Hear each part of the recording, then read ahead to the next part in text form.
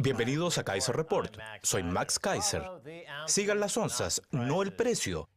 Aquel que tiene el oro, manda. Y si no tienen oro, serán aniquilados. Stacy. Así es, Max. Es un momento en el que se transfiere mucha riqueza. Y son tiempos que no resultan fáciles.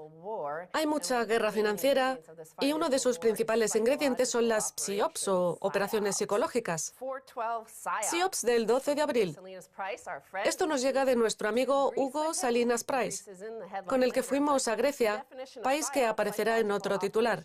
La definición de PSYOPs, operaciones psicológicas, se aplica a lo ocurrido el viernes 12 de abril y el lunes 15 de abril, que llevaron el oro a los $1.380. Y para que bajara a $1.380, Max, según el Commerzbank, se necesitaron 1.100 toneladas de oro papel, lo cual supone un 45% de la producción anual de oro. Bien, Stacy Herbert. En varias ocasiones, en este programa, les he dicho a nuestros espectadores, que nos ven en todo el mundo, mi opinión sobre la propaganda de precios. Vivimos en la era de la propaganda de precios. En los viejos tiempos, en el siglo pasado, la propaganda se desarrollaba en los medios de comunicación, en la imagen, en las noticias, en la era del consenso manufacturado del que habló Noam Chomsky. Y ahora se ha convertido en la propaganda de precios.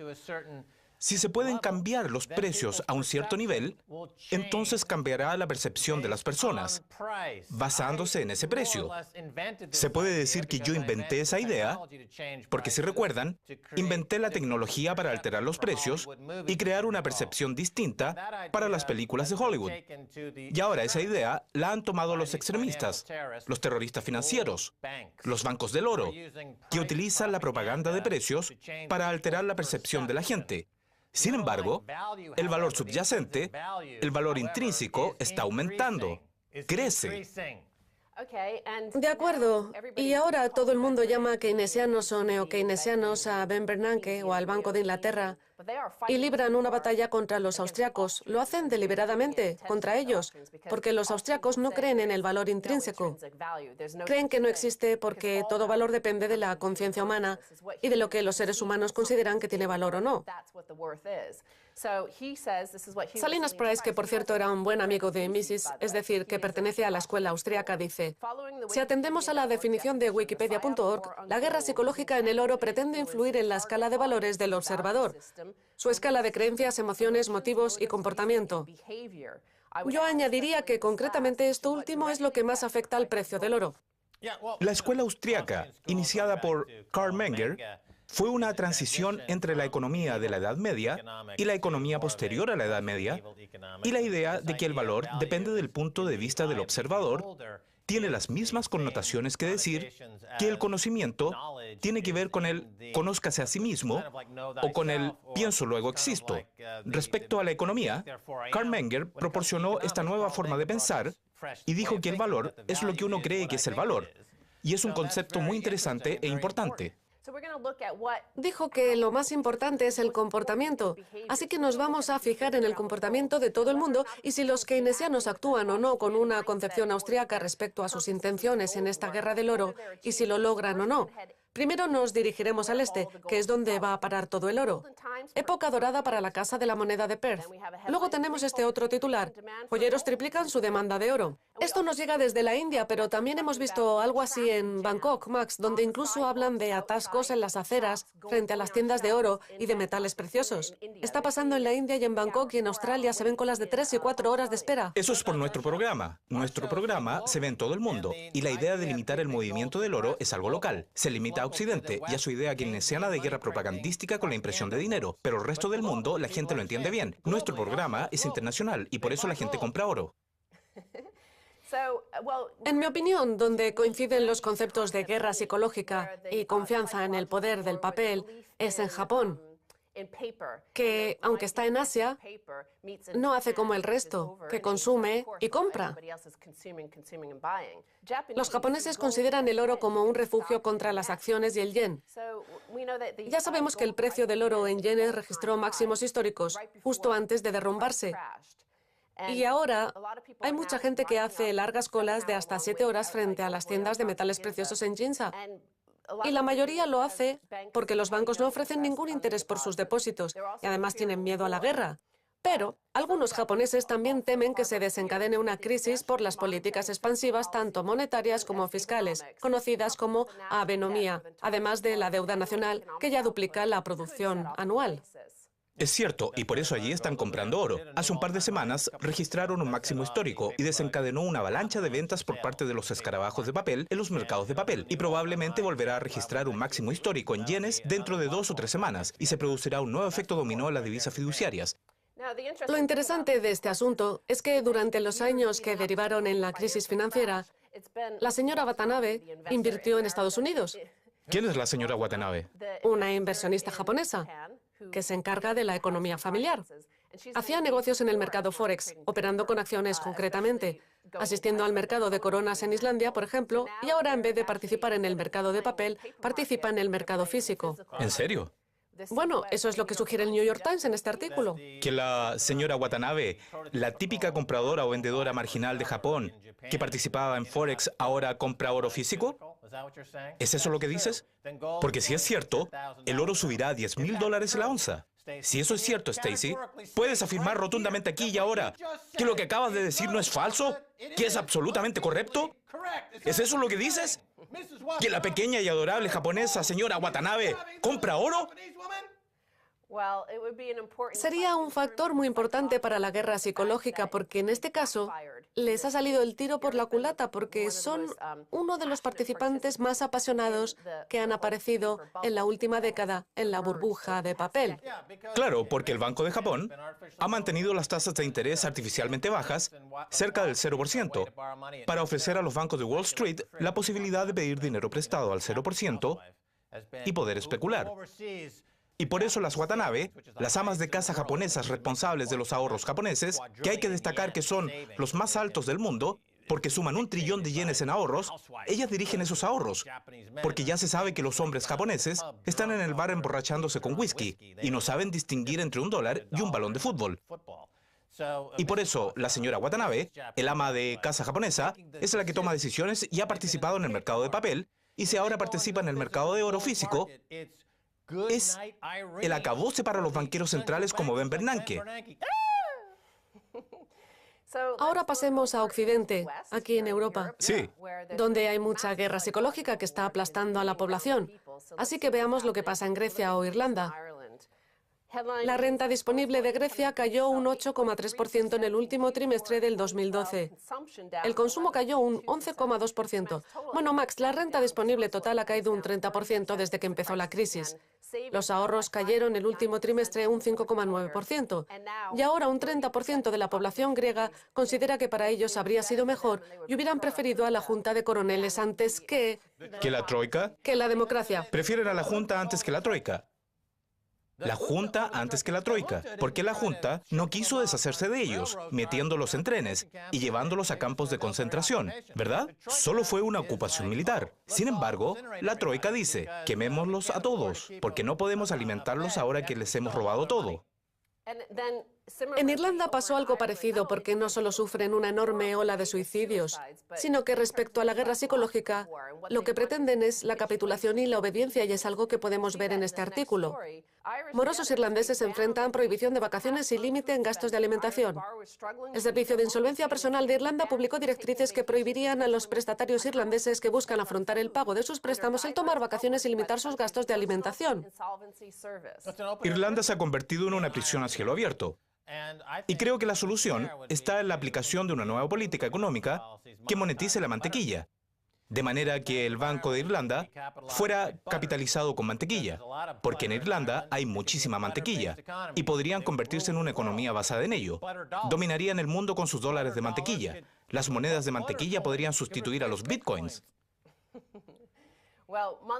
El gasto mensual por persona para quienes quieren aliviar su deuda podría reducirse a 35,73 euros para ropa, 247,04 euros para alimentación y 33,40 euros para artículos de higiene personal. Dan cifras concretas, todo está muy controlado. Tratan a la gente como ganado. Es como si el ganadero supiera exactamente las calorías que debe darle a cada oveja de su rebaño antes de enviarla al matadero. Cada oveja, cada res marcada con cuidado, como en un gran matadero. Tienen a toda la población irlandesa colocada en fila para robarles el dinero y luego le calibran cada parte de su vida. En las directrices se dice que el nivel de vida está basado en las necesidades y no en los deseos.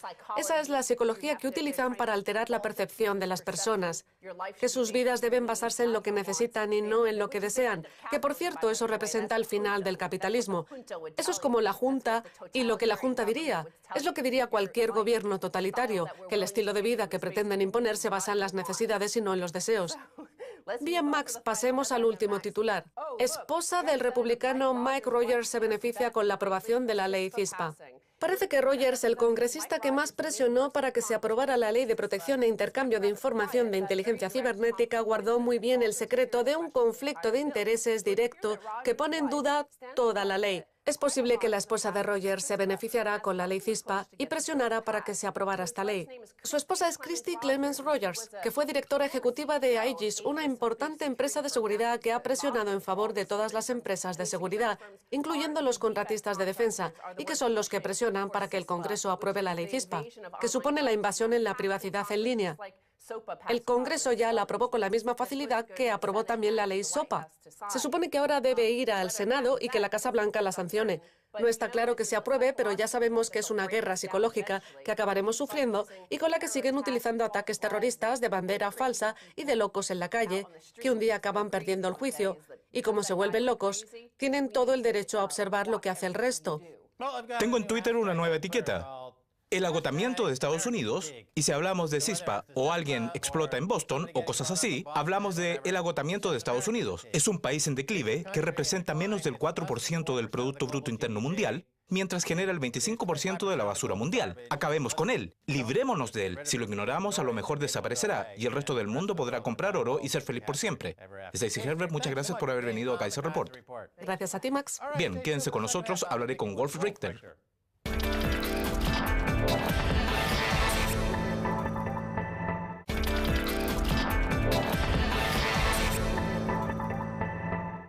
Bienvenidos de nuevo a Kaiser Report. Soy Max Kaiser. Ha llegado la hora de ir a California para hablar con Wolf Richter de testosteronepit.com. Wolf, bienvenido de nuevo a Kaiser Report. Gracias por la invitación. Bien, Wolf. Esta semana ha caído el euro por la insinuación de que podría haber un recorte de tasas. ¿Qué está pasando allí?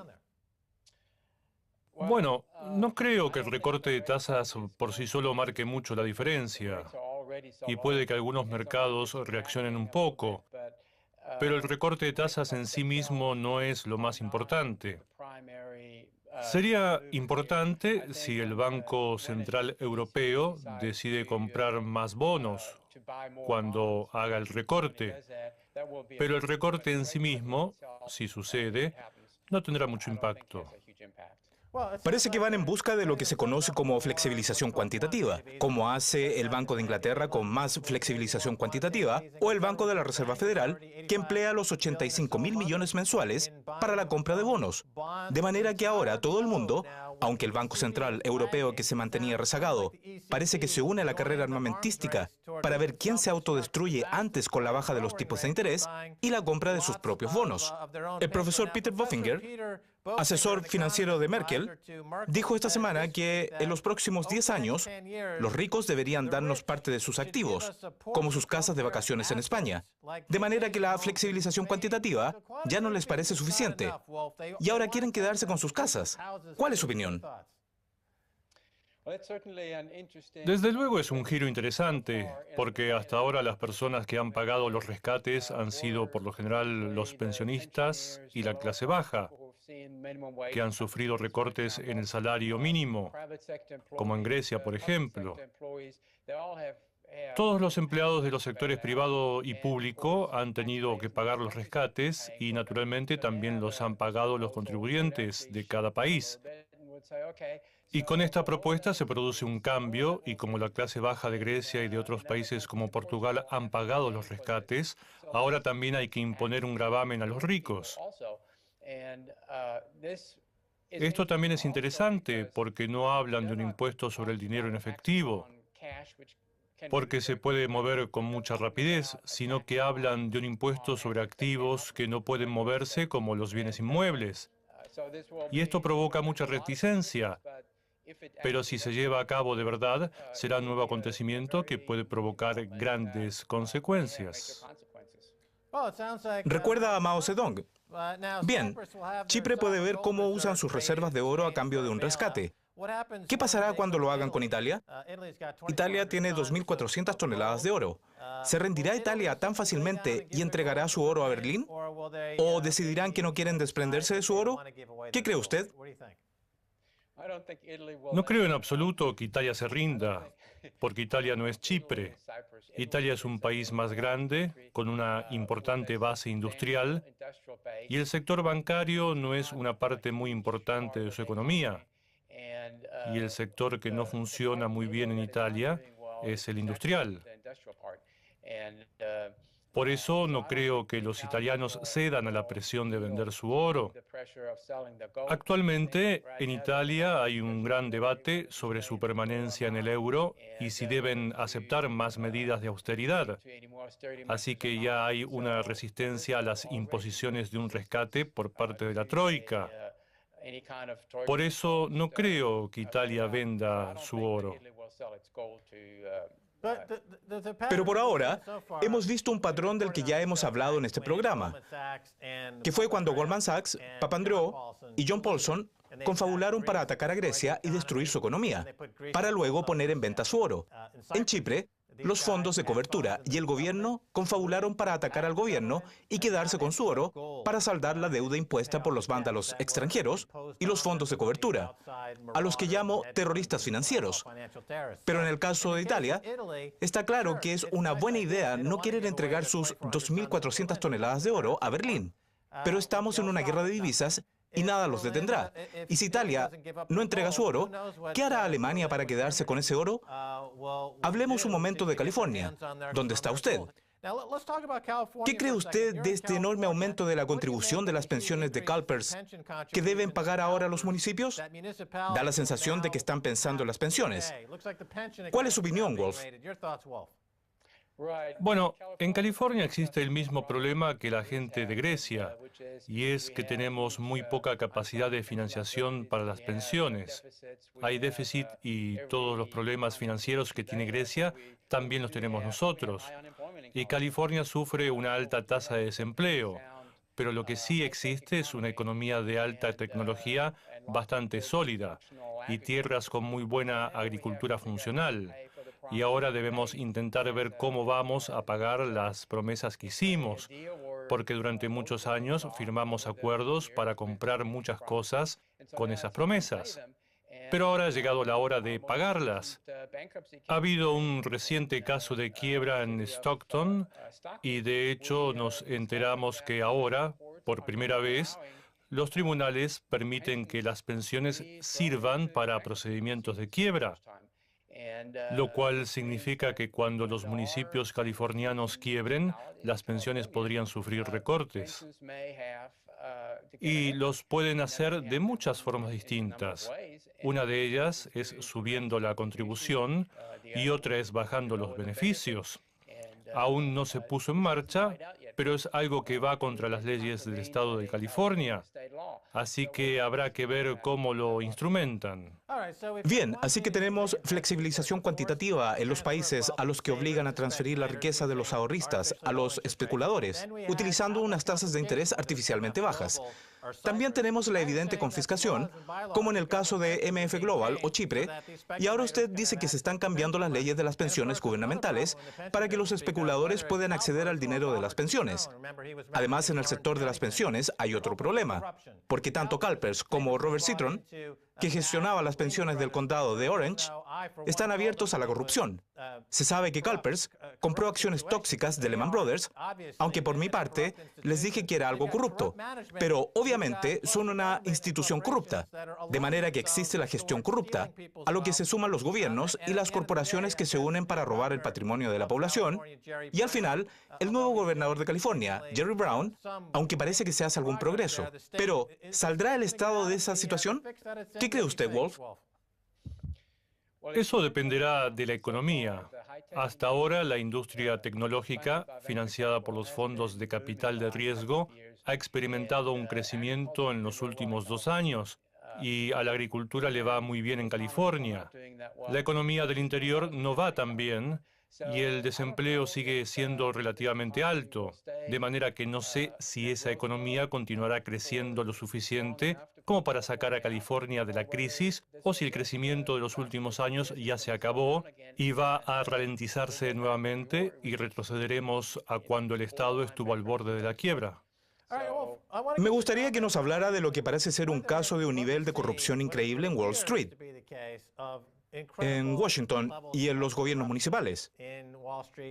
Parece que asistimos a una estafa financiera a 2 niveles, donde aquellos que pueden acceder al gobierno pueden obtener prácticamente todo lo que quieren y se fijan como objetivo, mientras abusan gravemente de los pobres que no trabajan en el gobierno y están al margen de esa estafa. Estados Unidos y California son un auténtico caso de delincuencia organizada, donde los banqueros centrales tienen las puertas abiertas. ¿Estoy exagerando? ¿Qué cree usted? ¿Está todo tan corrupto como parece, Wolf? No creo que exagere. No creo que nadie pueda exagerar cuando habla de la corrupción que han generado los bancos centrales. Y como ya vimos hace un par de años con las auditorías de la Reserva Federal, la cantidad de corrupción era el núcleo y es algo que está pasando en todas partes. Los bancos centrales están fuera del control democrático y pueden hacer todo lo que quieran y no deben dar explicaciones a la población. Ocasionalmente se realiza alguna auditoría cuando el Congreso las impone, pero esas auditorías solo son parciales. Por eso ellos saben que son libres de hacer todo lo que quieran. Y ahora mismo la Reserva Federal maneja $85.000 millones al mes, que deriva a 12 bancos, quienes hacen con ese dinero lo que quieren. La idea es que fluya la economía, y sí que lo hace, pero solo en muy altas instancias, y no fluye hacia los niveles más bajos de la economía, así que la gente no se está beneficiando en absoluto. Para continuar con la corrupción de Washington y Wall Street, a principios de semana hubo una noticia que no recibió mucha atención, y es la aprobación de una nueva ley que anula partes de la ley para la eliminación del tráfico de información privilegiada del Congreso, la ley Stock. Y por eso, ahora en Washington, existe un grupo que puede comerciar legalmente con información privilegiada. Y eso supone abrir un camino entre los legisladores de Washington, a los que puede que veamos aprobando leyes sobre drogas, fabricación, minería, requisitos de margen o regulación bancaria, un camino directo a Wall Street, donde los bien informados de Washington se pueden beneficiar y obtener ganancias de la información privilegiada. ¿No permite la canonización de la ley Stock que suceda algo así? ¿Qué cree usted, Wolf? En realidad no habrá ningún cambio, porque así ha sido siempre. La alcantarilla de la corrupción y el hecho de redactar una ley que lo prohíba es algo efímero y se volverá a permitir y seguirá pasando. Todos los estudios que han analizado este asunto han demostrado que las personas con información privilegiada de Washington comercian con información legislativa. ¿Y cuán rentable resulta? Y es normal que el Congreso no quiera acabar con ello, porque ellos mismos se benefician de algo así. Parece que existe un esfuerzo conjunto para conducir a la población al mercado de valores que ahora registra máximos históricos, alejando a los consumidores o a los ciudadanos de algo que les permita mantener su poder adquisitivo, como el oro, por ejemplo. Recientemente el oro ha recibido un duro golpe, pero el mercado de valores, a pesar de que el Producto Bruto Interno cae, los salarios bajan, baja la tasa de empleo y aumenta la corrupción. Todo lo que normalmente se relaciona con un mercado de valores en problemas. No tiene nada que ver con el precio actual de la bolsa. ¿No es una burbuja que está a punto de estallar, Wolf? Con toda seguridad es una burbuja a punto de estallar, y por lo que sabemos de las burbujas anteriores, mientras los bancos centrales estén dispuestos a inflar la burbuja, lo harán. En algún momento se hará imposible, y por eso ahora vemos cómo se discute si la Reserva Federal debería detener el programa actual de impresión de 85.000 millones de dólares al mes. Pero cuando termine, está claro que la burbuja estallará. Hace poco hemos visto una cierta inestabilidad en el mercado de valores que hacía tiempo no veíamos. Por eso creo que ahora mismo hay mucha reticencia a la compra de más acciones y los más inteligentes quieren dejarlo. Pero la población estadounidense todavía no se ha enamorado de las acciones y no parece que vaya a hacerlo. Así que vamos a tener una situación muy interesante. No me dedico a la predicción de mercados, pero dudo que pueda subir mucho más. Lógicamente, es algo difícil de justificar. Bien, Wolf Richter, nos quedamos sin tiempo. Muchas gracias por haber venido a Kaiser Report. Gracias por la invitación. Bien, y eso es todo por esta edición de Kaiser Report. Soy Max Kaiser junto a Stacy Herbert. Quiero agradecer a mi invitado, Wolf Richter, de testosteronepit.com. Si desean contactarnos, pueden enviarnos un email a kaiserreport@rttv.ru y también pueden tuitearnos en @kaiserreport. Hasta la próxima. Max Kaiser les dice adiós.